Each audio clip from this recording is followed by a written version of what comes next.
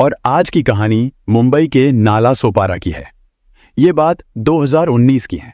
21 जून को नाला सोपारा के Tulinj police station में शाम का माहौल सामान्य था।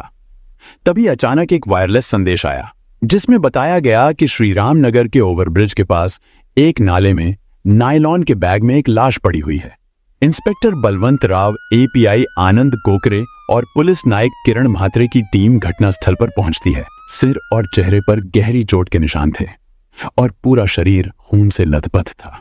चेहरा इतना बिगड़ चुका था कि पहचान पाना नामुमकिन था। लाश का पंचनामा करती है और फिर मृतक के शरीर से ऊपरी कपड़े उतारकर लाश को पोस्टमार्टम के लिए भेज देती है।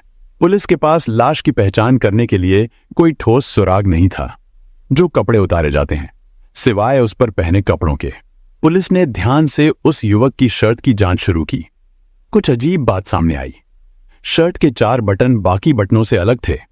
उनमें से एक बटन हल्का टूटा हुआ था और ये बटन बाकी के मुकाबले ज्यादा चमकदार और डिजाइनर नजर आ रहे थे, जैसे किसी खास कारण से इन्हें अलग से लगाया गया हो। पुलिस को शर्ट के कॉलर पर एक नाम दिखाई दिया, SV मेन्स वेयर मुंबई 6। यह टेलर की पहचान थी जो अब जांच का अहम हिस्सा बनने वाला था।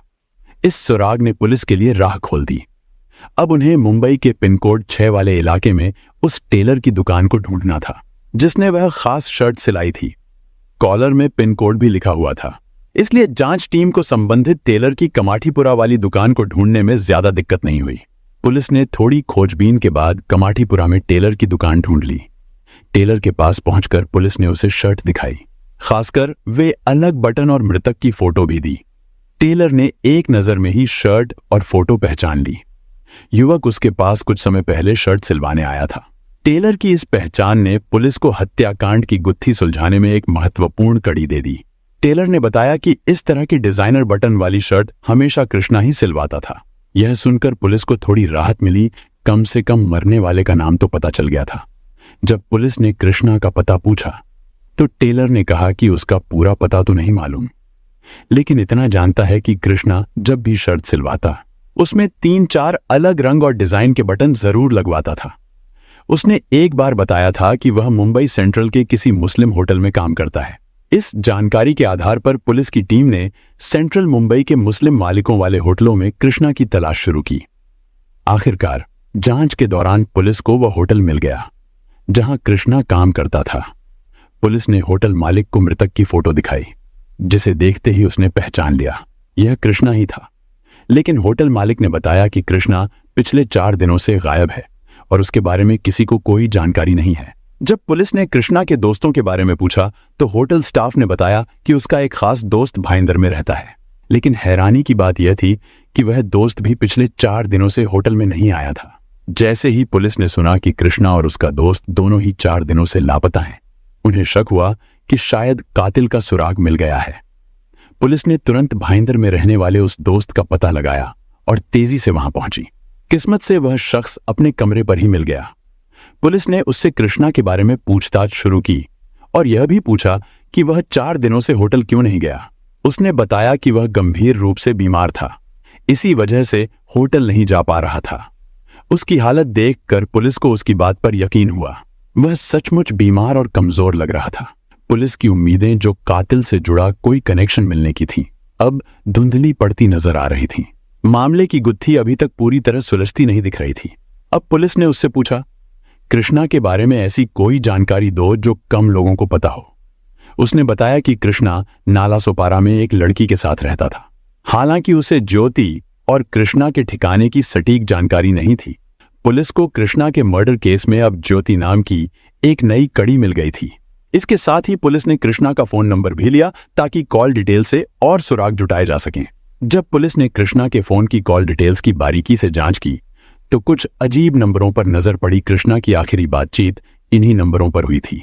पुलिस ने उनमें से एक नंबर पर कॉल किया और वह एक लड़की का निकला। शक हुआ कि यह शायद वही ज्योति हो। फौरन पुलिस ने उस नंबर का पता लगाया और नाला सोपारा के तुलिंज इलाके की प्रगति नगर बिल्डिंग में उस लड़की का ठिकाना ढूंढ निकाला। पुलिस ने उस लड़की से पूछताछ शुरू की और उसका नाम पूछा। उसने बताया कि उसका नाम ज्योति नहीं है। फिर जब कृष्णा के बारे में सवाल किया गया तो उसने कहा कि वह किसी कृष्णा को नहीं जानती। पुलिस ने उसे कृष्णा की फोटो दिखाई, यह सोचकर कि शायद वह उसे किसी और नाम से जानती हो, लेकिन फोटो देखकर भी उसने पूरी तरह से इनकार कर दिया कि वह कृष्णा को जानती है। अब पुलिस का शक और गहरा गया, क्योंकि उसी के नंबर से कृष्णा को कॉल की गई थी। ऐसे में यह कैसे हो सकता था कि वह कृष्णा को नहीं जानती हो। पुलिस ने उसके सामने कॉल डिटेल रिकॉर्ड्स रख दिए, जिसमें उसके नंबर से कृष्णा के नंबर पर की गई आउटगोइंग कॉल्स साफ नजर आ रही थी। यह देखकर लड़की खुद भी चौंक गई और सोच में पड़ गई। कुछ देर सोचने के बाद उसने बताया कि हाँ, उसे याद आया, एक बार उसकी दोस्त ज्योति ने उसका फोन उधार मांगा था, यह कहकर कि उसे अर्जेंट कॉल करनी है और उसका अपना फोन बंद हो गया है। यह सुनकर पुलिस ने राहत की सांस ली और उस लड़की पर से शक हट गया। अब पुलिस ने उससे ज्योति का पता पूछा तो उसने बताया कि ज्योति इसी बिल्डिंग में रहती है, ठीक दूसरी मंजिल पर। पुलिस तुरंत ज्योति के कमरे तक पहुंची, लेकिन दरवाजा बाहर से बंद मिला। यह देखकर पुलिस को यकीन हो गया कि वे सही दिशा में बढ़ रहे हैं। दरवाजा तोड़ा गया और कमरे की जांच शुरू हुई। पूरा कमरा बेहद साफ सुथरा था, जिसे देखकर पुलिस को शक हुआ, क्योंकि अगर कोई जल्दी में भागता है या सामान्य तौर पर जाता है तो इतनी साफ सफाई नहीं मिलती। पुलिस ने बारीकी से तलाशी शुरू की। तभी दीवार पर ताजा पेंट किया हुआ हिस्सा नजर आया, जो हाल ही में पेंट किया गया लग रहा था। पुलिस ने फॉरेंसिक टीम की मदद से दीवार की जांच की तो वहां खून के छींटे मिले। इसके अलावा बाथरूम में भी खून के धब्बों के निशान दिखाई दिए। इससे पुलिस का शक पक्का हो गया कि शायद इसी कमरे में कृष्णा की हत्या की गई थी। अब सवाल यह था कि हत्या क्यों की गई। हत्या का मकसद यानी मोटिव अभी भी अज्ञात था, लेकिन पुलिस काफी हद तक कातिल के करीब पहुंच चुकी थी। पुलिस ने अब उस इलाके के आसपास के सीसीटीवी फुटेज की छानबीन की। इस दौरान उन्हें 3 संदिग्ध लोग मिले, 2 युवक और एक लड़की। इन तीनों के पास एक बैग भी था, जिससे पुलिस का शक और गहरा हो गया। दोनों युवकों ने बैग को अपनी बाइक पर रखा और आगे बढ़ गए। पुलिस ने इस सीसीटीवी फुटेज को साफ करके ज्योति की दोस्त को दिखाया, जिसके फोन से उसने आखिरी बार कृष्णा को कॉल किया था। जैसे ही लड़की ने वीडियो देखा, उसने तुरंत पहचान लिया, वह ज्योति ही थी। इस पहचान ने पुलिस को यह यकीन दिलाया कि ज्योति इस वारदात में शामिल है। लेकिन सवाल यह था कि वे 2 अन्य लोग कौन हैं जो इस हत्या में शामिल हो सकते हैं। पुलिस ने अब ज्योति के साथ उन 2 संदिग्धों की तलाश शुरू कर दी। पुलिस ने ज्योति के मोबाइल नंबर की कॉल डिटेल निकाली, जिसमें उन्हें एक खास नंबर मिला जो मुख्तार का था। जब पुलिस ने मुख्तार के नंबर की लोकेशन ट्रैक की तो वह सबसे ज्यादा समय नालासोपारा के गोराईपाड़ा इलाके में पाया गया। पुलिस की टीम तुरंत वहां पहुंचकर कई घरों में तलाशी लेने लगी। आखिरकार उन्होंने मुख्तार के कमरे का पता लगा लिया, लेकिन जब पुलिस ने रेड मारी तो मुख्तार वहां नहीं मिला। उसके कमरे में एक लड़का मिला जो पुलिस को देखकर घबरा गया। पुलिस ने उसे ध्यान से देखा और उन्हें एहसास हुआ कि वह वही शख्स है जो सीसीटीवी फुटेज में दिखा था। जब पुलिस ने उसका नाम पूछा तो उसने बताया कि उसका नाम सूरज कुमार झा है। पुलिस ने पूछा मुख्तार कौन है, तो उसने कहा कि वह उसका दोस्त है। जब पुलिस ने उसे सीसीटीवी फुटेज दिखाया तो सूरज समझ गया कि पुलिस यहां क्यों आई है। उसने सारी बातें बताना शुरू कर दिया।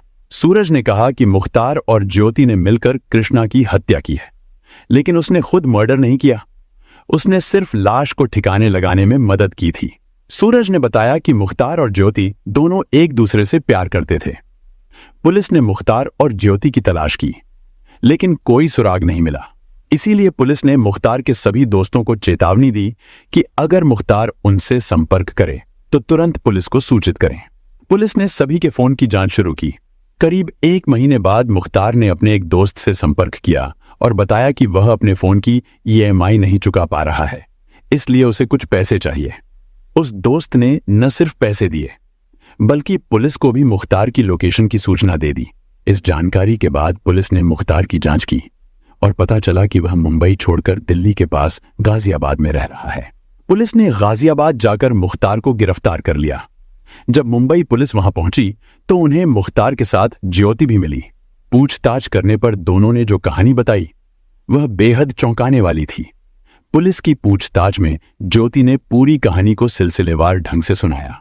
उसने बताया कि वह यूपी के महाराजगंज की रहने वाली है और उसके भाई का काम यूपी पुलिस में है।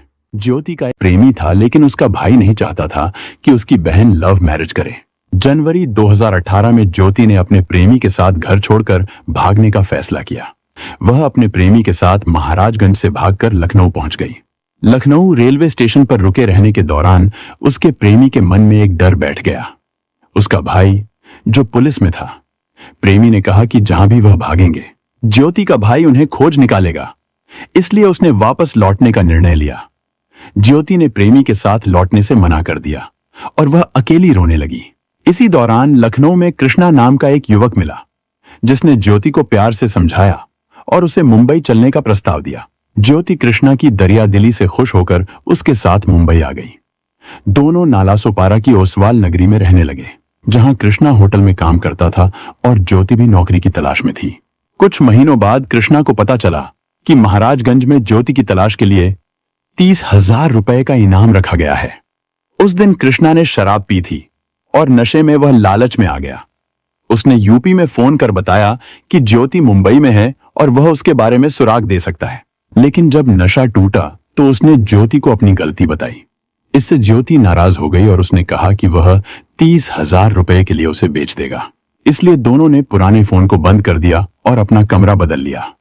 नए कमरे के मकान मालिक का भांजा मुख्तार था, जिसके साथ ज्योति की दोस्ती हो गई। मई 2019 में कृष्णा कैटरिंग के काम से 1 महीने के लिए पुणे चला गया। इस दौरान ज्योति और मुख्तार के बीच प्यार बढ़ गया और ज्योति बिना बताए मुख्तार के साथ प्रगति नगर में शिफ्ट हो गई। जब कृष्णा लौटे तो उसे पता चला कि ज्योति किसी और के साथ रह रही है। इस पर उसने ज्योति के नए ठिकाने का पता लगा लिया। वह ज्योति से लड़ने गया, जिसे सुनकर मुख्तार भी नाराज हो गया। एक दिन ज्योति ने कृष्णा को समझाने के लिए अपने पास की एक लड़की से फोन मांगा और उसे कॉल किया। बात करने के बाद उसने कॉल हिस्ट्री से कृष्णा का नंबर हटा दिया। रात में नशे में धुत कृष्णा ज्योति के कमरे में पहुंचा और उसके साथ मारपीट करने लगा। नशे में बेहोश होकर कृष्णा वहीं गिर गया। कुछ देर बाद मुख्तार कमरे पर आया और कृष्णा को देखकर गुस्सा हो गया। उसने हथौड़ी से कृष्णा के सिर और चेहरे पर कई बार हमला किया, जिससे उसकी मौत हो गई। इसके बाद मुख्तार ने अपने दोस्त सूरज कुमार झा को बुलाया और तीनों ने मिलकर आधी रात के बाद कृष्णा की लाश को बैग में डालकर ठिकाने लगा दिया। लेकिन एक शर्त के 4 अतरंगे बटनों ने उन्हें कहीं का नहीं छोड़ा। आखिरकार पुलिस ने सभी तीनों को पकड़ लिया। इस तरह पुलिस ने शर्ट के 4 डिजाइनर बटन से लाश की पहचान की और 1.5 महीने की खोजबीन के बाद कातिलों को पकड़ा। पुलिस ने इस मामले को हल करने के बाद एक बार फिर यह साबित किया कि सच्चाई की हमेशा जीत होती है। इस मामले ने यह संदेश भी दिया कि हमें अपनी जीवन की दिशा चुनने में बहुत सावधानी बरतनी चाहिए, क्योंकि गलत चुनाव हमें अंधेरे रास्तों पर ले जा सकता है। कहानी के अंत में ज्योति और उसके साथियों को उम्र कैद की सजा मिली, लेकिन इससे समाज को एक सबक मिला। हमें अपने रिश्तों को समझदारी से निभाना चाहिए और हमेशा अपने परिवार और दोस्तों के प्रति ईमानदार रहना चाहिए।